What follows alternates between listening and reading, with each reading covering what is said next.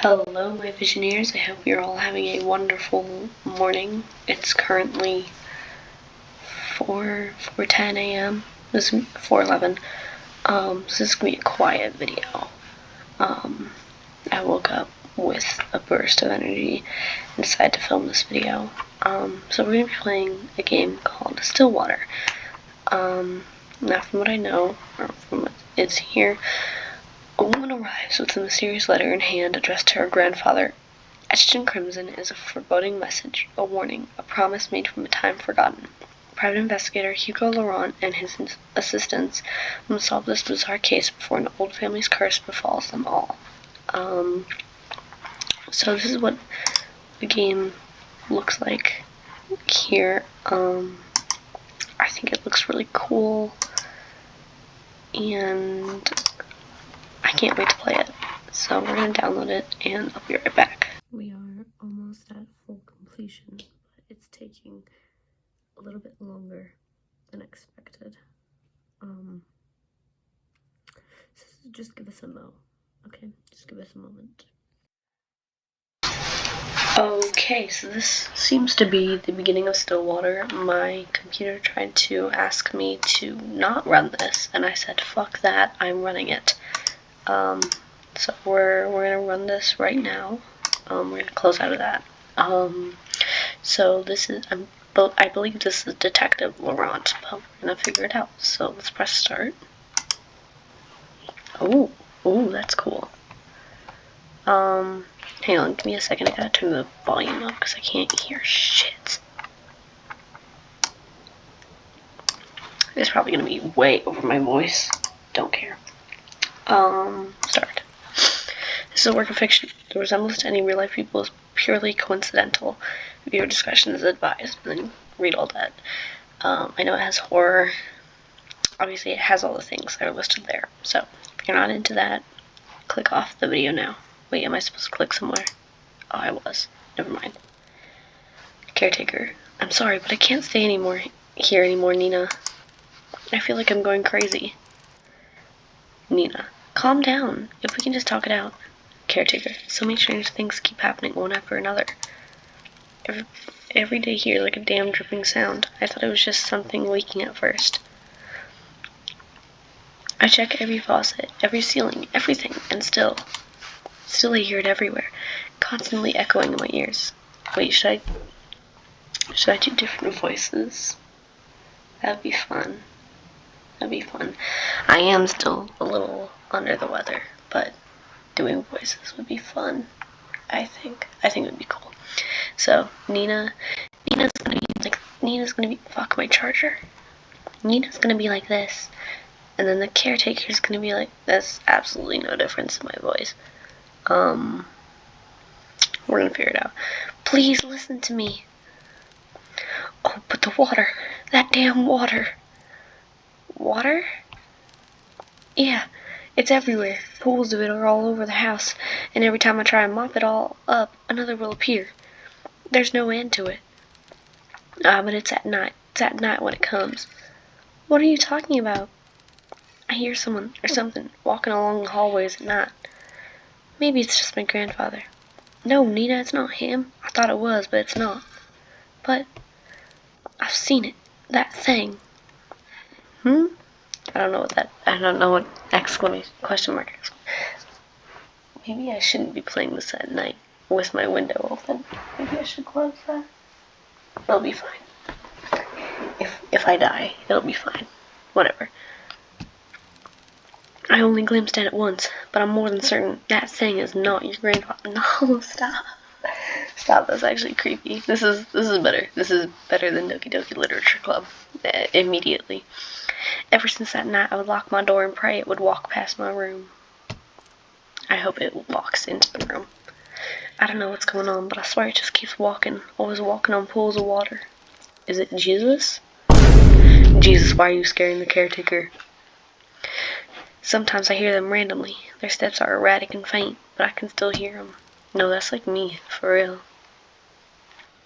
He just a steady pace up and down the halls, but I think recently it's no longer like that.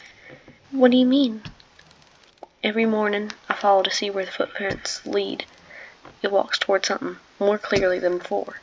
It would walk down the halls, climb the stairs, turn corners, all of it I'd follow. Eventually the trail would come to a stop, and it would all stop right by your grandfather's room. His room? If this is some sick joke to scare me away, then please stop. It's not a joke, Nina. I mean when I said there's something wicked going on in this house. Sorry.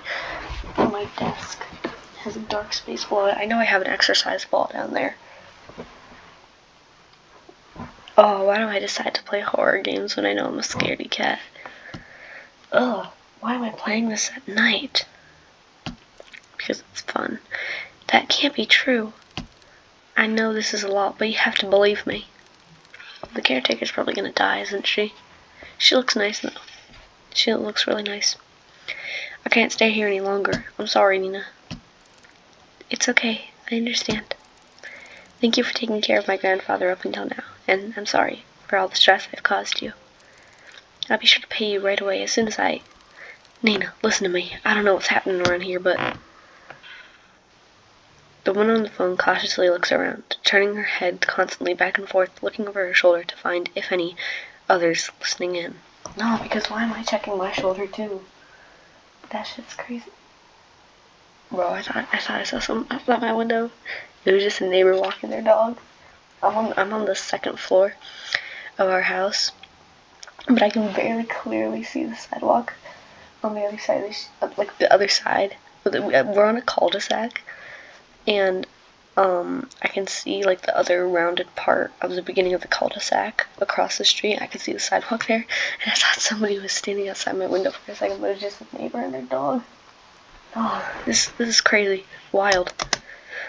She grips the phone so close to her ear in a vice-like grip before speaking again in a hushed tone. Something terrible is lurking in this house. Why did it pan to over her shoulder? Don't be doing that to me. I don't know what it is, but please, as soon as you get back, take your grandfather and just leave this place. Leave? I can't leave everything behind. We have nowhere else to go. Please, Nina, this place is not safe. The rumors, they're true. The curse is real. My family is not cursed. But Nina, at this rate, you and your family will... Enough. A pause. Cold and sharp tenseness strains the call as both women, exhausted and stressed beyond their comfort, try to stifle their growing frustrations towards one another, neither yielding to the other's thoughts, only leaving anger and hurt to fester through the silence. After what feels like a suffocating stillness, Nina finally sighs heavily and responds bluntly to the caretaker. Look, I don't know what you heard or saw, but I can't just leave things like this. Whoever or whatever they are will answer to me. I won't let them have their way. I don't have time wasting my energy on this stupid curse. So if you can't help me, then so be it. I'll find a way. Nina. My grandfather is all I have left. He is all I have left. Don't be doing that to me. That's horrible. I liked her too. She's probably dead now, isn't she? Amid a foggy morning, there sits a man by the corner of a booth. He drinks black Oh, this is the detective. This is some detective noir shit. This is Abe from Wilfred Mother-Loving Wolfstache kind of shit. And today it was just black coffee. Knew it. Hugo. Ugh. I swear I've never seen that amount of paperwork in my life. A freaking mountain worth of it. You're a valuable member of our team, Hugo. My foot. I'm starting to believe that I was bamboozled into joining their agency. Ha.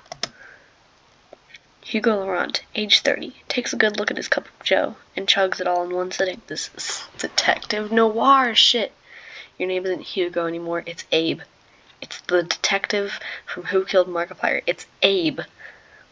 I'm sorry, I'm obsessed with it. I'm obsessed with Who Killed Markiplier and Wilfred Mother-Loving Wolfstache. None of the others, though. Just those two. He then continues to grumble to himself about last night's grueling work at the office. I really need to find a different job. I forgot what voice I did for him before. As he contemplates his poor life choices, he looks up towards the early mist.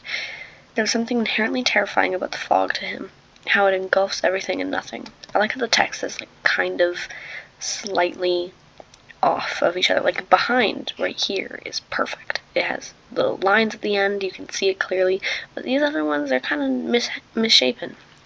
Which, fun fact, it's actually been proved that text like that can help people with ADHD read better. So far it has not helped me, probably because of dyslexia. I'm not dyslexic, but part of ADHD and autism is being dyslexic. But it's not dyslexia. It's similar, but it's not dyslexia. Sorry, I forgot. Even if it disappears, it always leaves behind traces, proof of it remaining. Okay. Even in a quaint little town like this, I can't even run from my fate, I guess. Hugo finally stares at the compiled newspaper clippings he put together. Some of them from recent events, but mainly all were past headlines of missing persons cases. No matter how many times I see this, it's still just as hard to look at. I keep forgetting what voice I'm doing for him. I'm gonna decide. He talks like this. Sure. An all too personal reason. Seeing strange things comes with a price.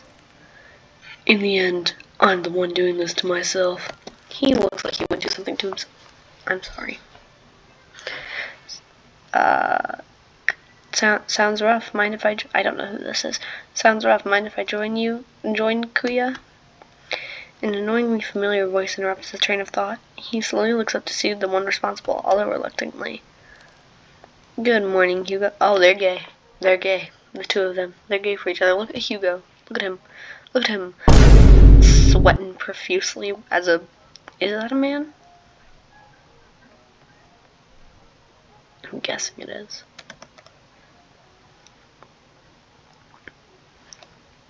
What the fuck was that? I'm gonna ignore that. Hugo scowls and turns away from it. He then gathers the files and shoves it back into the binder. Oh! Meanwhile, the tall man... It was a man. He was a man. Orders himself a hefty body special with an extra plate. I like whoever this is. I like him. With his anime blue hair, matching blue eyes, and weird ass outfit. And his hefty body breakfast special. As usual, the waitress is happy to oblige and goes back to the counter to relay his order. The man then looks back at Hugo. He sees the empty cup and the now jumbled newspaper clippings, all while Hugo is trying to ignore him. You really should eat something with that black coffee. I've decided that's this guy's voice. Not ordering any donuts today? I'm fine, Noah. Oh, I like you, Noah. I'm just not in the mood, okay? Not even a little? There's a momentary silence between them before Noah just... They fucked. They're just trying to hide it. With their sly little jabs. Oh, they blink? I didn't think Hugo was capable of blinking with eye bags like that. Never mind. Well, too bad for you. I ordered a big breakfast for the two... They're gay. Your Honor, I'm telling you. They're gay. Two. As if the world could grace Noah with an even more perfect punchline, the food arrived. That quick, bro? That quick? Okay. Why the hell did you order for the two of us? I've decided he sounds like Abe. I'm sorry. Angel's gonna watch this video and be like, why the hell is it always Markiplier and not me? Why is it always Wolfie Warfy and Abby Waby and not me? I'm sorry. Just eat what you want to eat. Don't worry about me. Wow. Mukongo. What? What language is this? Mukong Masarup. My syrup. Right, Hugo? Are you even listening to me? Come on. We both know that if you don't eat now, who knows when you will. And I'm not about to let you faint again. Again? You mean to tell me that Hugo fainted and fell into the arms of this burly man, who's also somehow a twink at the same time. He's a twunk. He's a twink hunk. Yeah, you heard me. So open wide. They're gay. No, not Noah saying so open wide. It's fake. He's flabbergasted. Noah De Leon, age 27, a natural-born charmer, is also the only person in the world who lovingly threatens him to eat every day. With a pensive look, Hugo finally gives in and eats the generous spoonful without further... Did my charger just start working on its own? You motherfucker. It's been working this whole time. I've just been holding my dead thumb to it. Okay. It's good. Right? Good food will always help to cheer you up. Damn him. I got swept away again. They're gay. I'm telling you, this man is a straight... is the straightest gay man. And this man is like the half straight, half gay man. One of them is bi. And I think it's this one. Oh, by the way, the chief will be out for a business trip. I'd like to meet this chief. Sorry. I'm sorry. She mentioned it'll be for a couple of days. When did she tell you this? I didn't hear anything about it. Yesterday, I think. Yesterday? She told me to sort out the cabinets yesterday. She didn't mention anything about a business trip. I guess it was a pretty sudden one. Well, I mean, she did tell me to tell you. And lucky me, I know where you go every morning. Yeah, you probably know where he goes at night, too, don't you, Noah? You know what? I'm not surprised anymore. Well, what do you want to do? We technically have the day off. I'm gonna head back to the office. Bro, you were just there. There's a couple of boxes I didn't get the chance to... Wait. I just put two and two together. Noah is trying to make Hugo, do you have... I'm not gonna say anything, because I don't want anyone triggered by that. In that case, I'll come with you. Why? You could just rest for the day. And pass up this opportunity to get to know you better, Kuya? I need to know... Hang on. I have my phone with me. Don't worry about that sound. I was watching a hair tutorial. What does Kuya mean?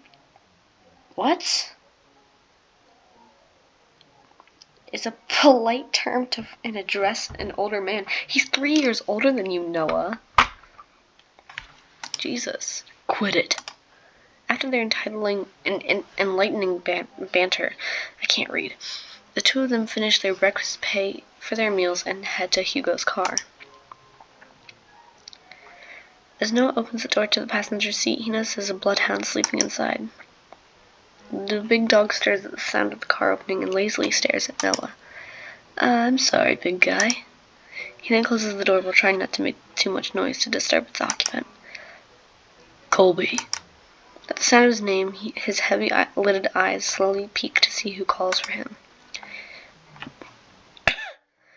It is his one and only partner, his human. As it finally realizes who he is or where he is, the old bloodhound stirs up from his sleep, pounces at Hugo, and proceeds to wag his tail uncontrollably. Bark. Good morning. Oh, he's happy. He's always happy. He has a perpetual smile, which means he's most likely depressed. Anyway. Colby, 8 years old, Hugo's most faithful and loving partner in crime, has the biggest tendency to just sleep all over the place. Noah, who is witnessing all of this from the back seat, chuckles to himself. He is amazed and slightly defeated at Hugo's sudden surge of energy. It doesn't matter how many times I try. When it comes to boosting up his mood, no one can beat Colby. Noah's not even trying to hide it. Agency, 7:50 a.m. The three head back to the office. The space is just the same as Hugo left it. A decent, organized mess. To his credit, for the amount of boxes he painstakingly went through, he believes he did a fair job.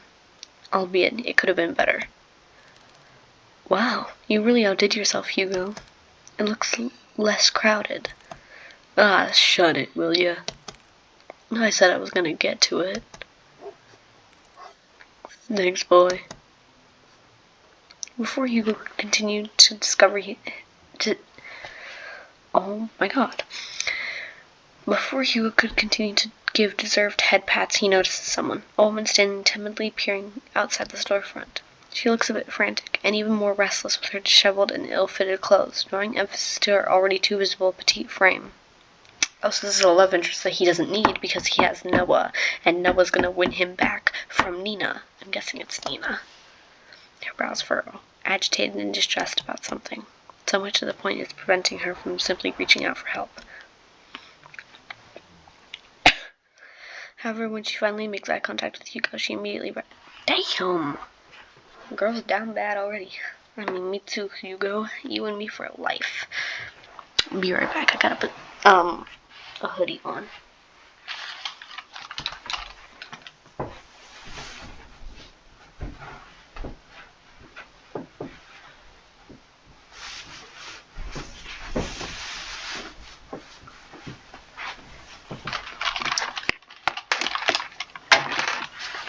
Hoodie acquired. Let's continue this madness. I'm so sorry. I'm guessing it's Nina, which is why I'm doing that voice. I know that the close sign is up, but I saw you come in and Are you alright, miss? I need your help. My grandfather... I knew it was her. Before she can continue explaining, Noah swiftly cuts in front of Hugo and intervenes in all too practiced manner. It's okay, miss. We hear what you have to say. So please, why don't you just sit over there? He's protecting his Pookie Bear. Here's what I'm thinking. They hooked up once, and then they were just, they're just friends. And then Noah, this is not a horror game anymore. This is a love story. Noah has feelings for Hugo, and Hugo views Noah as just a friend. Don't blink at me, Nina. Okay, don't blink at me, Miss Ma'am. You a bitch, okay? They hooked up once, and now they're friends, but Noah still has a crush on Hugo, which is why he's protecting him from this hoe. Okay, that's my reasoning. Noah gestures to one of the empty seats on the other side of the office. The poor woman hesitates for a moment. She clutches desperately to the strap of her purse, her eyes focus apprehensively on them and at the gestured seat. After mulling over Noah's offer, she quickly glances back and nods. The woman then walks to the corner of the room and sits at the edge of the sofa. Her posture is weary and tense, giving no sign of comfort for even this brief moment of peace. Can you start off by telling us your name? I apologize for earlier. I'm usually a bit more composed than this, but I guess I'm failing at that too. My name is Nina Mortimer. Alright, so we got a last name too. Nina the Mortimer bitch. Sorry, dyslexia. Nina the bitch Mortimer. Hello, Miss Nina. My name is Noah DeLeon. Is it DeLeon or DeLeon? Fuck. You have French heritage, you should know this. Noah DeLeon, I'm guessing? I don't know. I am one of the assistants here. That big guy next to you is our other lovely assistant, Colby. And the one brooding over there is Private Investigator Hugo Laurent. What's with the French names, too? I'm not brooding, I'm just tired. Real, that's so relatable. And our chief is always on business, but I think we can still accommodate you. So how can we help, Miss Nina? For just a moment, Nina appeared more lax, more hopeful, maybe even relieved from this warm welcome. However, she once again tenses up. The guilt and shame come rushing back to her. Visible by the creases of her brow, she once again realizes why she is there. I need help watching over my grandfather tonight. Tonight? Yes, I know this is a strange request, but my hands are tied on this. It has to be tonight. I'm sorry, Miss Nina, but I don't quite understand. Is your grandfather in any danger? I think someone is trying to take him away. Huh? Take him? Miss Nina, I think you should contact the police right away. They are far more equipped at handling this kind of No, they're not. I've tried requesting their help, but they've given me the same answer verbatim for weeks now. They would send someone over to watch over the manor for the entire day, but by the end of their routine they would always report back nothing unusual. They saw no one else leaving or arriving at the house other than me or the caretaker. And despite telling them all in detail about the letters and all the strange things that's been happening, there's nothing they can do about it, but just sit around until it escalates even more. I can't wait any longer. Any more than this, then it'll all be too late. If only I knew who Lewis was. Lewis? She lets out a gasp. Her hands shot out to cover her mouth, realizing she had said too much, so carelessly. She tries to avert their gaze, but Hugo stares persistently at her. Miss Nina, who is Lewis? Are they the ones causing all of this? Once more she contemplates, her brows knit closely together as she bites her lip. I just did the biting lip face, by the way. It would have been funnier if I had a face cam, but I'm also a minor and don't want to expose myself, so, you know. It's as if the words she wanted to say have suddenly died out, too heavy to even utter. A mistake she can't take back. Before the silence stretches further, Noah speaks to Nina with a gentle and reassuring tone. Hey, give me a second, Noah. I'm yawning, because this is very boring. It's not. I'm loving this. I'm here for the drama. Miss Nina, I know it's scary. All the things you've mentioned to us so far, no one should have to ever experience.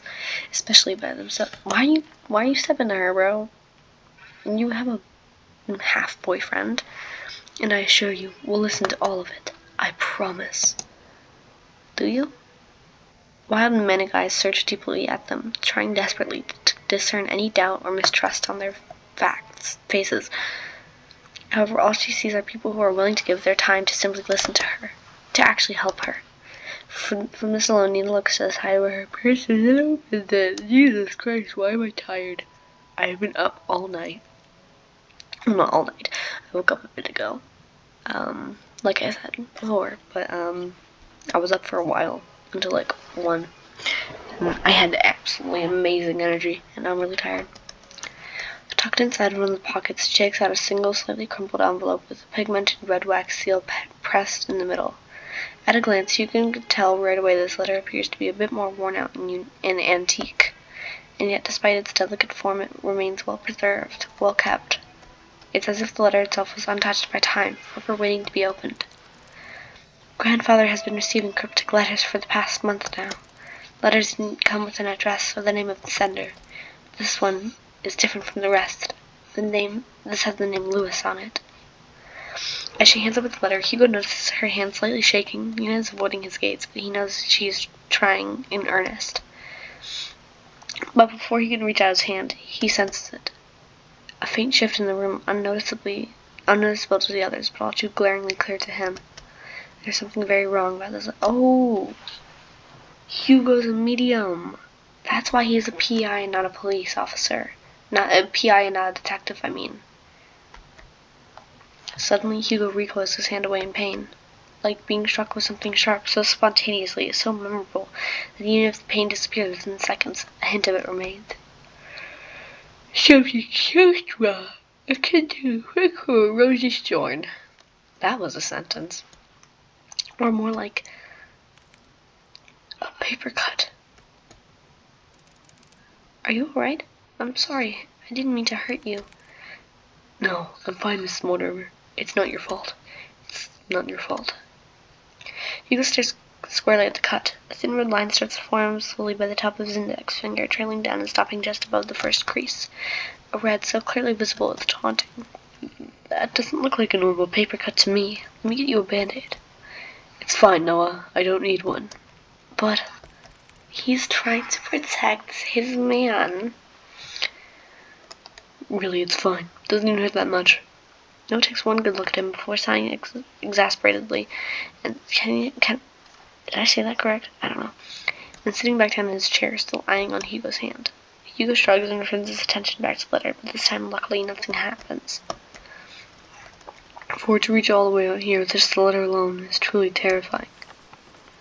Carefully, he removes the contents of the envelope and unfolds it. At first, it looks like any other normal written message. A person named Lewis is asking the other, Henry, to come meet him by like at midnight. For real? I would want Henry too. Henry from FNAF? The orange guy? He is the orange guy, right? I think, needing to share something important with him. However, what is eerily striking about this is not the letter itself. Appearing at the bottom of the page, a message scrawled, unlike the rest, stands visibly out to Hugo. A message that shouldn't be there. Remember our promise, Henry.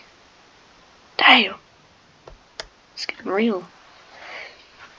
When did you receive this letter? Yesterday. And your grandfather? Where is he right now? He's currently back at the house with the caretaker. I promised him I wouldn't be out for too long. I made an agreement with them, you see. Oh, what sort of agreement? The caretaker. We've now agreed to watch over my grandfather, only during the day. Before nightfall, they would leave exactly at the same time. Before nightfall?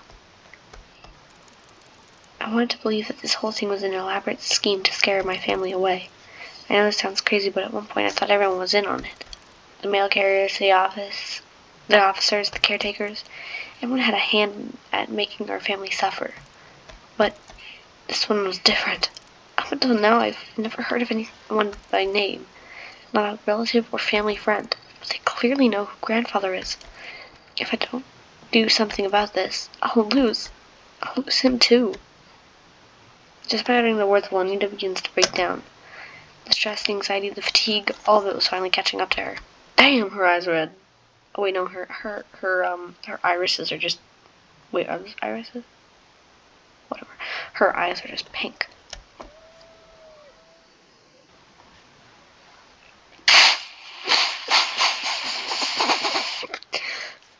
I'm sorry. When Noah went off the screen while Colby made a whining noise,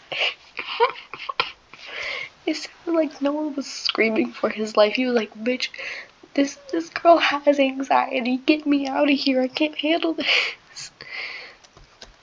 Hugo, on the other hand, is puzzled. Bro does not care. She said this whole thing has been going on for the past month, but something doesn't add up. Before nightfall, I think there's more to this she's not admitting. Who are you saying this to? Whatever happened with the letter, I am more than certain. Certain that whoever or whatever Lewis is, they're coming for. Oh, we got options. Take the case or reject it. Take that motherfucking case. Take that case. Do you want more tissues? We'll do it. We'll take you on your case. From when everything goes still, their eyes and attention are solely directed at Hugo, who died. What the fuck? Why am I yawning so much? That's like 7,000 yawns in a minute.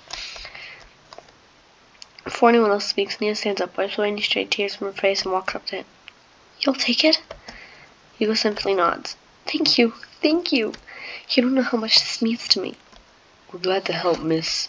Nina, please, just call me Nina, please, just call me Nina. Well, Nina, we'll do our best. Nina smiles at Hugo and Noah in gratitude. Where's Noah? Where's he at? Her eyes renew with... Okay, I accidentally pressed skip. However, before heading out, Nina reaches into her bag once more. She takes out a small piece of paper and a pen and hastily starts jotting down something. I must be on my way now. What the fuck?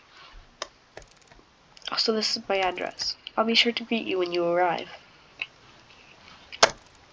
And thank you again, truly. She politely bows to... Bows? Damn. Already reaching into her purse for her car keys. Hugo watches from his desk as she opens the driver's seat. Nina looks back at the office window and takes one last look at Hugo. I swear to God, I'm gonna start killing people. Speeple. Playing up. Oh my God, I'm yawning so much that my... Hang on, let me take my glasses off. I'm yawning so much that my eyes are falling. There's no way that my glasses just fell. Did they break? Holy fuck. Where did they go? I'm having a Daphne moment. Or no, Velma moment. Can't find my glasses. Okay, I found them. Never mind. She waves slightly at him before finally pulling out of the parking lot and driving. I be hearing too many noises right now, man. I'm tripping. Once out of sight, Hugo turns back to his cluttered desk. Still messy, but presentable. I guess I'll have to sort these out later then. Car. 5:30 p.m. I could start doing stuff, bro. If I keep yawning. Oh, nice animation. From the ongoing downpour to the quiet hums of the car, they sit in silence. Still miles off their destination, Hugo constantly checks the rearview mirror to see any passing cars. Okay, hang on. Toggle, text, menu. Okay, so I can save at any time. Okay, we're good. No one who usually chats his ear off by now leans quietly against the car door as he looks out the passing streetlights, reserved and distant. He hasn't said a word to Hugo since he mad. He mad at his bae. Hey, you're a lot quieter than usual. What's wrong? Ah, what a surprise. Have you been looking at me, Kuya? No, you idiot. You usually just talk a lot, that's all. So you do miss me to all that flirting? See, I knew it. Just say it. Do you believe her story? What? Given all the things she told us, do you think she's telling the truth? Yes, I believe her. Or at least, I believe she hasn't lied to us. But can't shake this feeling she's hiding something. Because she let out certain detail on purpose. Also, why'd she have to travel this far out of town for a private eye? Surely there must have been another far closer to her home than ours. I just don't know how to explain it. Sorry, I'm wiping my nose. As expected of you, Hugo. Yeah, sorry, you're making fun of me. I just accidentally double-clicked. No, not at all. I'm just admiring your observations.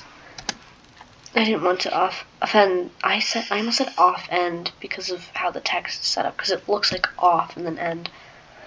I didn't want to offend Nina earlier, so I kept quiet until she finished. But her last name caught me off guard. Have you heard about the Mortimers? They're a pretty distinguished family that owned an esteemed fishing company. Well, they used to, I believe. They have yet to name an heir. What do you mean? Shouldn't it naturally go to Nina? It should, but I don't know. From what I heard, each time they try to name a successor, that relative mysteriously disappears. Gone without a trace, or so anyone thought. Their bodies would soon turn up months after. And you know what's strange? All of them have been labeled as accidents by local news. No foul play, just another unfortunate loss for the family. They've been struck with so many tragedies that over time, people began to believe they were cursed or something. Cursed. I think I can understand why she wouldn't go to the police again. They most likely thought she was seeing things and went along with the procedures just to keep the face. Deep down, they must have thought she had gone mad. I can't imagine all this for Nina. And most of all, who knows what we'll find there. Is that why you decided to come with me? Well, partially. I'm more worried about you, though. See, there's more and more evidence that he is not exactly a straight man. Me? Why? Think of it this way. I'm the appointed driver. When you decide to do When you decide to do some pretty reckless shit, I'll be there to drive you to the local hospital. Ugh. Besides, two is better than one. Exactly. Yeah, one second.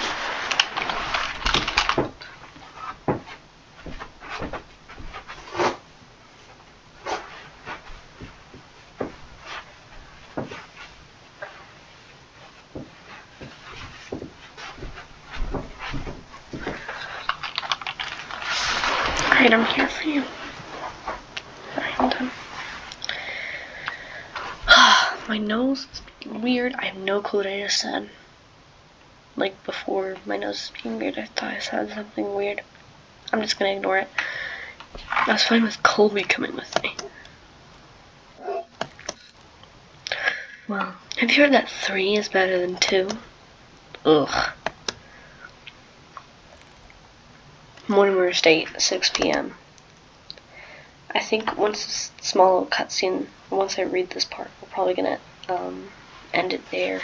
That way I can do a second episode when I'm not yawning as much, when I don't have to blow my nose as much, and when my brain is working better.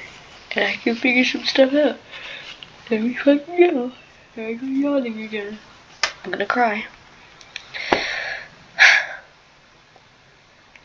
Yeah, the estate's there. Nestled away from prying eyes, it stands tall, magnificent, and classic. Truly a rarity only afforded to the privileged, and yet with all its opulence, it looms from a distance.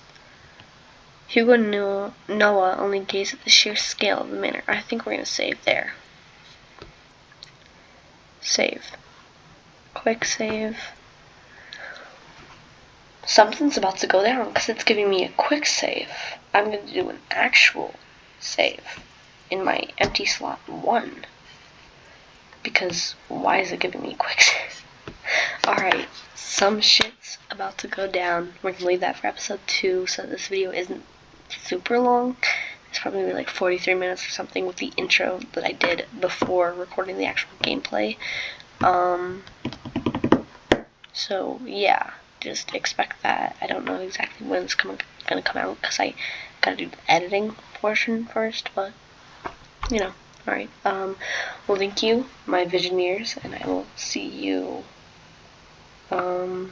either in episode 2 or if I play or do something else before I record that. So, yeah, have a good night.